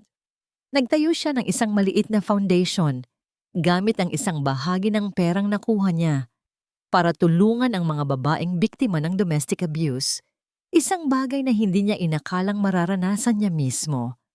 May isang sobre sa maliit na mesa sa kanyang tabi. Isang liham mula sa ampunan kung saan niya nakuha si Amihan. Pinasasalamatan siya nito para sa malaking donasyon na ipinadala niya. Sa dulo ng liham, sinabi ng madring namamahala na sana ay mahanap niya sa kanyang puso ang kapatawaran. Kapatawaran, isang salitang matagal niyang pinag-isipan. Noong una, ang galit ang nagpatatag sa kanya. Ngunit ngayon, sa paglipas ng panahon, ang galit ay unti-unti nang humuhupa. Napalitan ito ng isang bagay na mas malalim, pagtanggap. At sa pagtanggap, dumating ang kapayapaan. Hindi niya alam kung kaya na niyang patawarin si Lacan o si Amihan. Siguro, hindi pa ngayon. Siguro, hindi na kailanman. Ngunit natutunan niyang patawarin ang kanyang sarili. Pinatawad niya ang sarili niya sa pagiging bulag, sa pagiging masyadong mapagtiwala. Pinatawad niya ang sarili niya sa pagkalimot kung sino siya. Kinuha niya ang kanyang telepono at tiningnan ang isang litrato, ang huling larawan ng kanyang mga magulang. Ngumiti siya. Hindi na siya iiyak sa harap nila. Sa halip, ipapakita niya kung gaano katatag ang babaeng kanilang pinalaki. Habang ang araw ay tuluyan ng sumisikat, ang kulay kahel at rosas na liwayway ay kumalat sa kalangitan na tila ipinipinta ang isang bagong simula. Huminga siya ng malalim, nilalasap ang bawat sandali. Ang sakit ay naroon pa rin, isang peklat na marahil ay hindi na mawawala. Ngunit hindi na ito ang bumubuo sa kanyang pagkatao. Isa na lamang itong bahagi ng kanyang kwento. Ang kwento ng isang babaeng nawalan ng lahat para lamang matagpuan ang isang bagay na mas mahalaga. Ang kanyang sarili. Ang kanyang paglalakbay ay hindi pa tapos. Sa katunayan, ito ay ngayon pa lamang nagsisimula. At sa harap ng malawak na karagatan, sa ilalim ng isang bagong liwayway, alam niyang handa na siya. At dito po nagtatapos ang paglalakbay ni Liwayway. Mga minamahal kong taga-subaybay, mula sa kaibuturan ng aking puso, maraming salamat. Salamat sa pagsama ninyo sa bawat pighati, sa bawat pagbangon, at sa bawat hakbang ni Liwayway sa kanyang mahirap ngunit makabuluhang paglalakbay. Habang isinusulat ko ang kwentong ito, hindi ko maiwasang damhin ang bigat ng kanyang pinagdaanan. Ang bawat kabanata ay isang paalala na ang pinakamatinding sakit ay madalas na nagmumula sa mga taong pinakamamahal natin. Ngunit ito rin ay isang testamento sa hindi matatawarang katatagan ng isang pusong piniling maghilom at muling tumayo. Sana, sa kwento ni Liwayway ay may napulot tayong aral tungkol sa pagpapahalaga sa ating sarili, na ang ating halaga ay hindi kailanman nasusukat sa opinyon o pagmamahal ng iba, kundi sa kung paano natin tinitingnan at minamahal ang ating sariling pagkatao. At ang bawat pagwawakas, gaano man kadilim, ay laging naglalaman ng pangako ng isang bagong liwayway. Ngayon, bukas palad ko pong inaanyayahan ang bawat isa sa inyo na ibahagi ang inyong mga saloobin. Ano ang tumatak sa inyong puso at isipan sa kwentong ito? Nais ko pong mabasa ang inyong mga komento sa ibaba. Ang inyong boses ay bahagi na ng kwentong ito. Hanggang sa muli nating pagsasama sa isang panibagong paglalakbay ng puso. Pusong Pinoy Tales.